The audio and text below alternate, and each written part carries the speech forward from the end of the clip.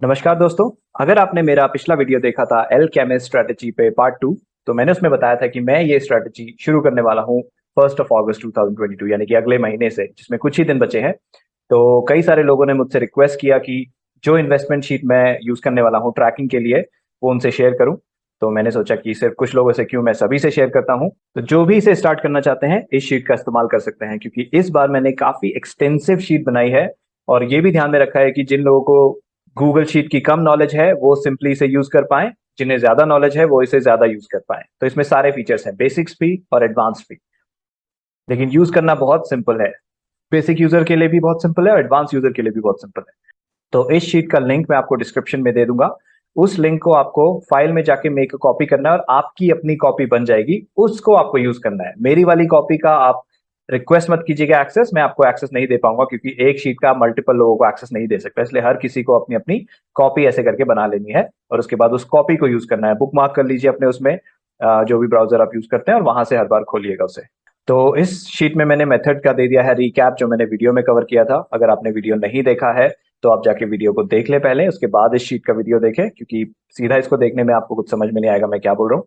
तो वो वीडियो पहले देख लेना, मैं उसका लिंक भी डिस्क्रिप्शन में दे दूंगा। तो इस वाले में मेथड है जिसमें रिकैप है कि हम कैसे करते हैं स्ट्रेटेजी को, साथ में उस बैक टेस्टिंग शीट का जो मैंने पिछले वीडियो में दिया था यहाँ पे भी दे दिया है, जस्ट इन केस जो इस शीट को यूज कर रहा है कभी जाके बैक टेस्टिंग करना चाहे तो यहाँ से सीधा लिंक ले सकता है। इसे यूज कैसे करना है, तो यूज करने के लिए इनपुट एंड आउटपुट में आप सबसे पहले यहाँ आएंगे और जहां पे आप ये देख रहे हैं येलो वाले सेल्स, वहां आपको डेटा डालना है। बाकी में सब में फॉर्मूलाज लगे हैं, आपको कुछ नहीं डालना है। ठीक है, तो स्टार्ट डेट, ये डेट मैंने पिछली इसलिए डाली है क्योंकि मैं आपको कुछ डेमो दिखाना चाहता था इस शीट में डेटा डालने के बाद क्या क्या होता है। लेकिन जब मैं इसे स्टार्ट करूंगा यूज करना अपनी कॉपी बना के, यहाँ मैं 1 अगस्त 2022 डाल दूंगा। तो जिस दिन भी आप स्टार्ट कर रहे हैं कोशिश कीजिएगा फर्स्ट हो या फिफ्थ हो, ये 1, 5, 10, 15, 20, 25 इन्हीं में से कोई डेट होनी चाहिए। आइडियली 1 होगी तो बेस्ट है, ट्रैकिंग में सबसे ईजी रहेगा आपके लिए। उसके बाद यहाँ पे डाल दीजिए टोटल आप कितना इन्वेस्ट करना चाहते हैं। ठीक है, तो मैं 1 लाख से स्टार्ट करता हूँ तो 1 लाख यहाँ पे डाल दूंगा। उसके बाद ये ऑटोमेटिकली आपको बताएगा कि आपको कितना लमसम इन्वेस्टमेंट करना है, आपकी सिप कितने की होगी। और यहाँ पे आप सेल टारगेट चाहे तो चेंज कर सकते हैं। अगर आपने कुछ और सेट किया बैक टेस्टिंग के बाद, मैं तो 6% ही यूज करने वाला हूँ, लेकिन अगर आपने 7%, 8%, 5% जो भी निकाला हो अपनी बैक टेस्टिंग से, आप यहाँ पे वो डाल सकते हैं। तो यहाँ पे जो मैंने ईटीएफ्स के कोड दिए हैं, निफ्टी 50 के ईटीएफ हैं और ये डिक्रीजिंग सीक्वेंस में है इनके वॉल्यूम के बेसिस पे। ठीक है, मैंने यहाँ पे 7वां ईटीएफ भी दिया है। अगर आपको ये स्ट्रेटेजी पता है, आपने वीडियो देखा है तो आपको पता होगा हम 6 ईटीएफ इसमें यूज करते हैं। लेकिन यहाँ मैंने 7th इसलिए दिया है क्योंकि कई सारे लोग हो सकता है ऑलरेडी निफ्टी 20 या इनमें से किसी एक ईटीएफ में ऑलरेडी किसी और स्ट्रेटेजी में इन्वेस्टेड हो, ताकि उस स्ट्रेटेजी का और इस स्ट्रेटेजी का वो ईटीएफ मिक्स ना हो जाए, आप सारे ईटीएफ अलग रख पाए। इसलिए मैंने ये 7वां ईटीएफ भी आपको दे दिया है। तो जैसे मेरे केस में मैं निफ्टी 20 यूज करता हूँ पैसों का पेड स्ट्रैटेजी में, तो मैं इस वाली स्ट्रैटेजी में निफ्टी 20 नहीं खरीदूंगा। मैं क्या करूंगा, मेरा पहला ईटीएफ होगा सेट NIF 50। मैं इसको यहाँ से सिंपली, अगर आप मेरे जैसा ही स्टेप करेंगे तो आपको यहाँ से ये सारे कॉपी कीजिए और यहाँ पे पेस्ट कर देने हैं। ठीक है, ये लास्ट में जो है आप डिलीट कर सकते हैं, इसका और कहीं यूज नहीं हो रहा है, ये मैंने सिर्फ आपको दिया है ताकि आप इस शीट से इसे यूज कर पाए। मैंने वापस कर दिया, उसको अंडू कर दिया है जस्ट सो दैट ये शीट जैसे मैंने बनाई है वैसे ही हो जाए। इसको भी येलो में कर देता हूँ क्योंकि ये भी आप चेंज कर सकते हैं अपने हिसाब से। इसे डालने के बाद अभी ये करंट होल्डिंग ओवरऑल परफॉर्मेंस ये क्या है मैं बाद में बताऊंगा, सिर्फ अभी इतना समझ लीजिए कि इनपुट आपको यहाँ पे डालना है। अभी हमने इस वाले टेबल की बात करी, यहाँ पे आपको इनपुट डालना है जो जो येलो में है। उसके बाद क्या होगा, क्योंकि आपने पहला निफ्टी 20 चूज किया है, ऑटोमेटिकली ETF 1 शीट में यहाँ पे आ जाएगा निफ्टी 20। जो स्टार्ट डेट आप यहाँ पे जो फर्स्ट ट्रांजैक्शन डेट डालेंगे वो ऑटोमेटिकली आपकी स्टार्ट डेट बन जाएगी। लमसम इन्वेस्टमेंट वहां पे इनपुट आउटपुट शीट से आ रहा है, ये भी और ये भी, ये सब इनपुट आउटपुट शीट से ऑटोमेटिकली यहाँ पे आ जाएगा। इसके बाद जो आप येलो में यहाँ पे देख रहे हैं बाय सेल डेट। ठीक है, तो जिस भी दिन आप स्टार्ट कर रहे हैं, अब मैंने यहाँ पे डेमो के लिए 1 जन मान लेते हैं कि 1 जन को मैंने स्टार्ट किया था। 1 जन को प्राइस, ये भी मैंने डेमो के लिए सिर्फ प्राइस कुछ भी एज्यूम कर लिया है, जो आप जब ट्रेड करें तो एक्चुअल प्राइस जो भी जिस प्राइस पे आप खरीदेंगे वो डालेंगे। तो लमसम जब आप खरीद रहे हैं तो यहाँ पे लमसम के अंदर वो प्राइस डाल देना है। ठीक है, मैं एक बार यहाँ इरेज कर देता हूँ ये सारा डेटा और फिर आपको करके दिखाऊंगा।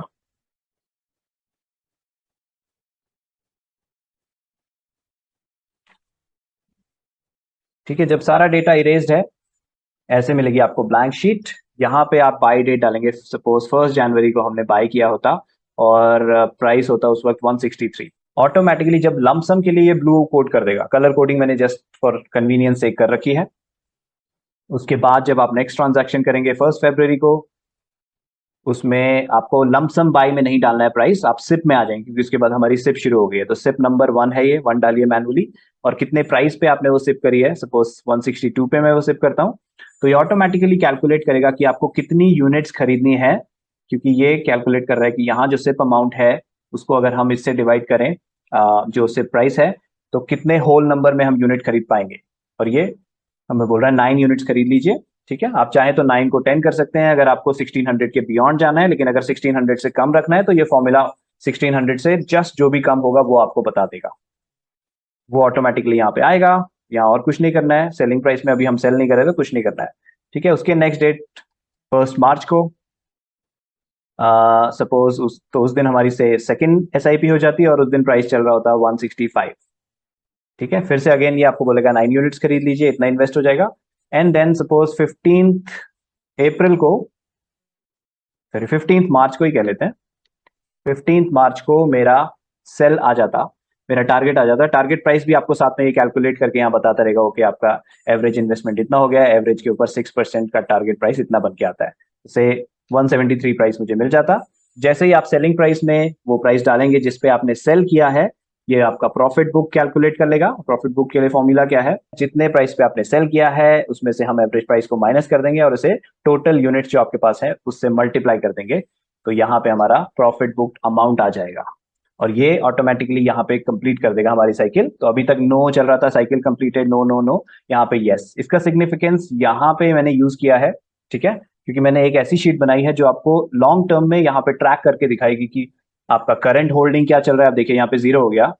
एक बार मैं वापस जाता हूँ, से मैंने ये सेल नहीं किया होता, यहाँ पे ब्लैंक होता, तो यहाँ पे देखिए करंट होल्डिंग में ये मुझे बता देता अभी आपकी होल्डिंग इतनी है, इतने यूनिट्स आपके पास निफ्टी 20 के हैं, इतना एवरेज प्राइस चल रहा है, इतना टारगेट प्राइस है, और अभी करंट प्राइस निफ्टी 20 का इतना चल रहा है।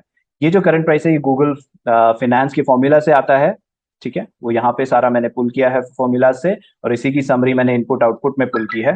तो यहाँ पे ये आपको समरी दे देगा और ये भी बता देगा आपको कि approx profit percentage current market price के हिसाब से कितना चल रहा है। मैंने क्योंकि रैंडमली कुछ भी वैल्यू डाली है और ये जो करंट मार्केट प्राइस है ये आज के हिसाब से है, इसलिए ये 10.3% आ रहा है, लेकिन रियल सिनेरियो में ये 6% के ऊपर जैसे ही आपको जाता हुआ दिखेगा, that means you have to sell it. आपको सेल करना है, या फिर जो भी आपने परसेंटेज सेलेक्ट किया है अपने सेल टारगेट के लिए उसके हिसाब से सेल कर देना है आपको।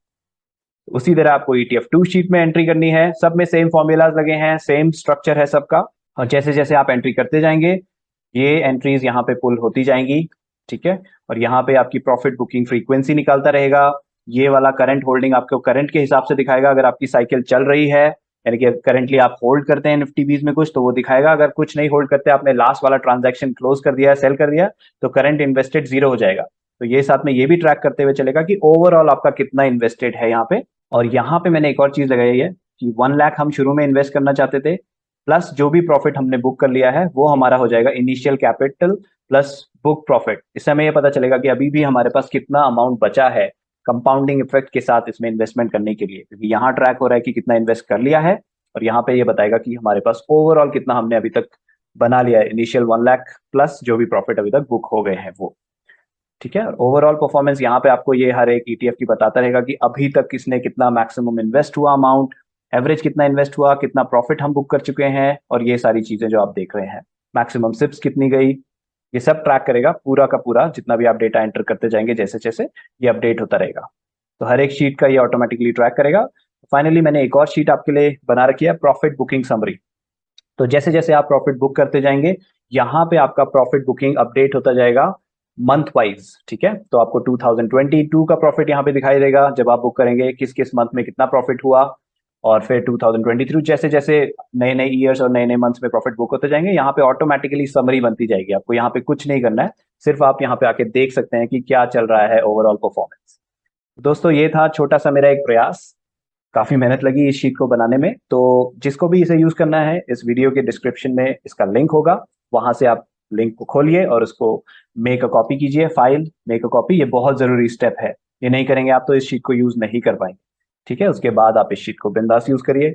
कोई क्वेश्चन है, कोई एरर कोई ढूंढता है इस शीट में, तो प्लीज मुझे बता दीजिएगा कॉमेंट में, या फिर ईमेल करके बता दीजिएगा, मैं अपना ईमेल एड्रेस शेयर कर दूंगा डिस्क्रिप्शन में। और वो एरर करेक्ट करने में मेरी मदद कीजिएगा, क्योंकि ये बहुत कॉम्प्लिकेटेड शीट है, हो सकता है कहीं पे एरर हो गया हो। तो जो भी एरर आइडेंटिफाई करने में मेरी मदद करेगा उसका बहुत बहुत धन्यवाद। बाकी उम्मीद करता हूँ कि sheet as perfect as possible बन चुकी है, जितनी भी मैंने टेस्टिंग करी है। तो दोस्तों इस्तेमाल कीजिए इसे और इस एलकेमिस्ट स्ट्रेटेजी का फायदा उठाइए। और फिर लेकर आऊंगा आपके लिए एलकेमिस्ट के और अपडेट्स, जैसे जैसे महेश सर हमारे साथ अपडेट शेयर करते हैं, और इस तरह हम अपनी जर्नी को आगे बढ़ाते हुए चलेंगे। तो थैंक यू दोस्तों पूरा वीडियो देखने के लिए। जल्दी ही मिलूंगा आपसे अगले वीडियो में। नमस्कार।